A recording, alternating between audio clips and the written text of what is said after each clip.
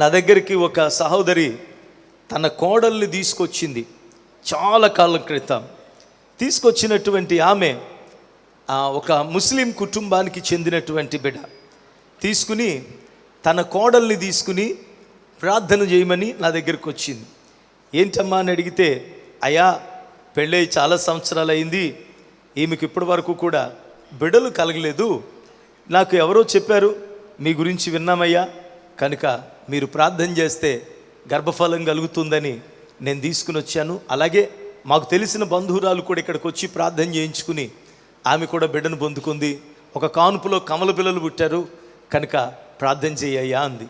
సరే అమ్మా, నువ్వు నమ్ముతున్నావు సరే, మరి నీ కోడలు నమ్ముతుందా అని ఆమెను పిలిచినప్పుడు, ఏమ్మా నువ్వు ప్రభుని నమ్ముతున్నావా అన్నాను. నమ్ముతున్నాను అంది. వెరీ గుడ్, దేవుడు చేస్తాడనే నమ్మకం నీకుందా అని అన్నాను. నమ్మకం ఉంది కాబట్టి చాలా చోట్లకి వెళ్తున్నాను అంది.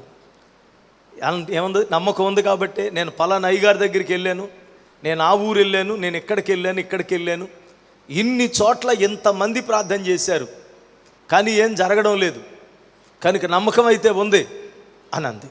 దేవుని బిడ్డలారా, ఆమె చెప్పిన లిస్టులో ఉన్న దైవజనులందరూ కూడా చాలా పెద్ద పెద్ద దైవజనులే.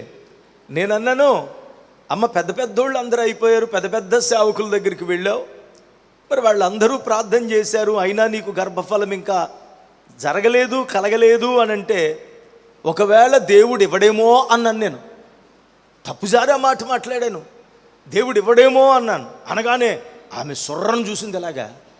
అలాగనమాకండి, దేవుడు ఇవ్వాలి, నాకు ఇస్తాడని నమ్మకం నాకు ఉందని. అలాగైతే గనక ఒక పని చేయమ్మా, ఇంతమంది పెద్దవారైన దైవజనులు అభిషక్తులు చాలామంది ప్రార్థన చేశారు, అల్పుడను నేను, నా ప్రార్థన ఏ పాటిది, నేను నీ కొరకు ప్రార్థన చెయ్యను కానీ నీ చేత ప్రార్థన చేయిస్తాను, ప్రార్థన నేర్పిస్తాను, మోకరించు అని అన్నాను. ఆమె మోకరించింది. మోకరించిన తర్వాత నీ గర్భం మీద చేతిని పెట్టుకో అని అన్నాను. గర్భం మీద చేతిని పెట్టుకుంది. ఈ ప్రార్థన చెప్పు నాతో అన్నాను. ఏ ప్రార్థన? మీరు కూడా ఎవరైనా పిల్లలు లేనోళ్ళు ఉంటే గర్భం మీద చేతిని పెట్టుకోండి. యేసయ్యా, అవనోళ్ళు చెప్పకండి, ఓకే? యేసయ్యా, ఎవరు మాట్లాడతలేదు.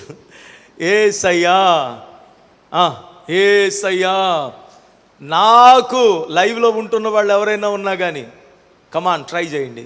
యేసయ్యా, కొంప తీసి నేను ఎట్టుకుంటే ఇబ్బంది అవుతుంది, కనుక చెయ్యి నేను పైకి ఎత్తాను, మీరు గర్భం మీద పెట్టుకోండి.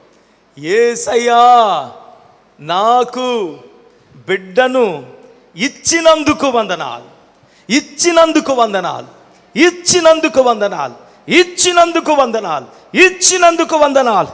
పరిశుద్ధాత్మ దేవాని బిడ్డను తాకావు, నువ్వు గర్భఫలము ఇచ్చినందుకు, బిడ్డను ఇచ్చినందుకు వందనాలు, వందనాలు, వందనాలు, వందనాలు. దేవుని ఆత్మ చేత నింపబడింది. ఇచ్చినందుకు వందనాలు, ఇచ్చినందుకు వందనాలు, ఇచ్చినందుకు వందనాలు, ఇచ్చినందుకు వందనాలు. ఇప్పుడు చెప్పు, ఇచ్చినందుకు వందనాలని చెప్పు అన్నాను. ఆమె చెప్పి స్తుతించి అమంది, థ్యాంక్ యూ జీసస్, నాకు మగబిడ్డని ఇచ్చినందుకు వందనాలు అంది. నేను ఇచ్చినందుకు వందనాలు అని చెప్పమన్నాను. ఆవిడ ఇంకో ముక్క కలిపింది. అంటే ఆవిడికి విశ్వాసం వచ్చేసింది. ఎప్పుడైతే ప్రార్థన చేస్తున్నప్పుడు పరిశుద్ధాత్ముడు ఆమెను తాకాడో, ఆ స్పర్శను ఆమె పొందుకోగానే ఆమెకు విశ్వాసం వచ్చేసింది.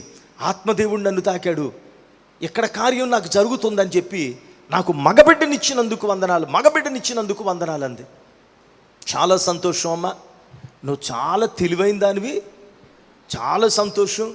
నీ విశ్వాసము నీకు గర్భఫలాన్ని ఇచ్చేసింది, ఇక నువ్వు ధైర్యంగా వెళ్ళు అని అంటే మీరు చెబితే నమ్మరు. నేను స్పష్టంగా చూశాను. ఆమె నడుచుకుని వచ్చేటప్పుడు ఎలాగొచ్చిందో, వెళ్ళేటప్పుడు అలాగ వెళ్ళలా, నిండు సోలాలు నడిచినట్లుగా వెళుతుంది. ఇలాగా అంటే అంత గొప్ప విశ్వాసముతో ఇచ్చినందుకు వందనాలు అని చెప్పింది. తన నడక మార్చేసింది. నేను అప్పుడే అనుకున్నాను, పొందుకుంది, దేవుడు కార్యం చేశాడని. మీరు నమ్మండి ప్రియులరా, దేవుని కృపా సంవత్సరం తిరగకుండగా మగబిడ్డను తీసుకొచ్చి రవికుమార్ అనే పేరు పెట్టుకుంది. ఇక్కడ గట్టిగా చప్పట్లు కూడా దేవునికి స్తోత్రం చెబుదాం. నమ్ముట నీ వలనైతే అది నీ బిడ్డైనా, నీ ఉద్యోగమైనా, నీ ఇల్లైనా, నీ ఒళ్ళైనా, ఒంట్లో ఉన్న జబ్బు అయినా, అర్థమైందా? ఏదైనా కానీ నీవు విశ్వాసం ఉంచగలిగితే, ఆమేన్. అది కూడా ఏం విశ్వాసమో తెలుసా? ఇస్తాడు అనే విశ్వాసం కాదు.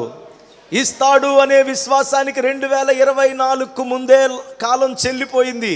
ఇప్పుడు ప్రియులారా, మనం ఉన్నటువంటి ఈ స్పీడ్ యుగములో దేవుడు అద్భుత కార్యాలను వేగంగా చేస్తున్నాడు. మునుపెన్నడూ చూడని అద్భుతాలు ఇప్పుడు సమాజాల్లో మనం చూస్తున్నాం. దేవుని కార్యాలు ఆయన ఎంత వేగంగా రాబోతూ ఉన్నాడో, ఆయన అద్భుతాలు కూడా వేగంగా జరుగుతున్నాయి. ఎందుకో తెలుసా? ఆయన రాకడ కొరకు సిద్ధపరచబడుతుంది.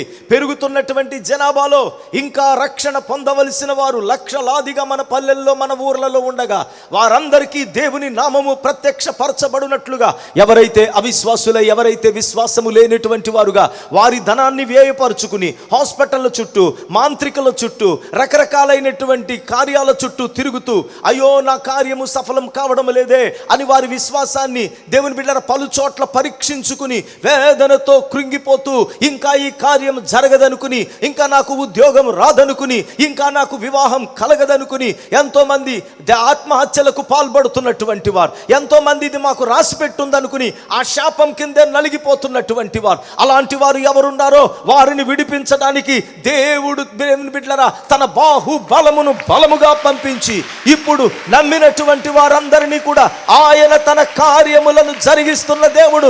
చేస్తాడని కాదు, చెప్పండి, దేవుడు చేశాడు అనే విశ్వాసముతో దేవుడు తన అద్భుత కార్యాలను ఇక్కడ జరిగిస్తూ ఉన్నాడు. Praise the lord.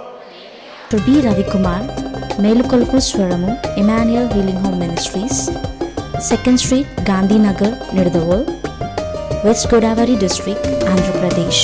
Our PIN code 534301. Our email ID melukolupuswaramu@gmail.com. Our cell number 7675988763. మా చిరునామా డాక్టర్ బి రవికుమార్, మేలుకొలుపు స్వరము, ఇమ్మానుయేలు స్వస్థత గృహ పరిచర్యలు, గాంధీనగర్ 2వ వీధి, నిడదవోలు, పశ్చిమ గోదావరి జిల్లా, ఆంధ్రప్రదేశ్. మా పిన్ కోడ్ 534301. మా ఇమెయిల్ ఐడి మేలుకొలుపుస్వరము@gmail.com.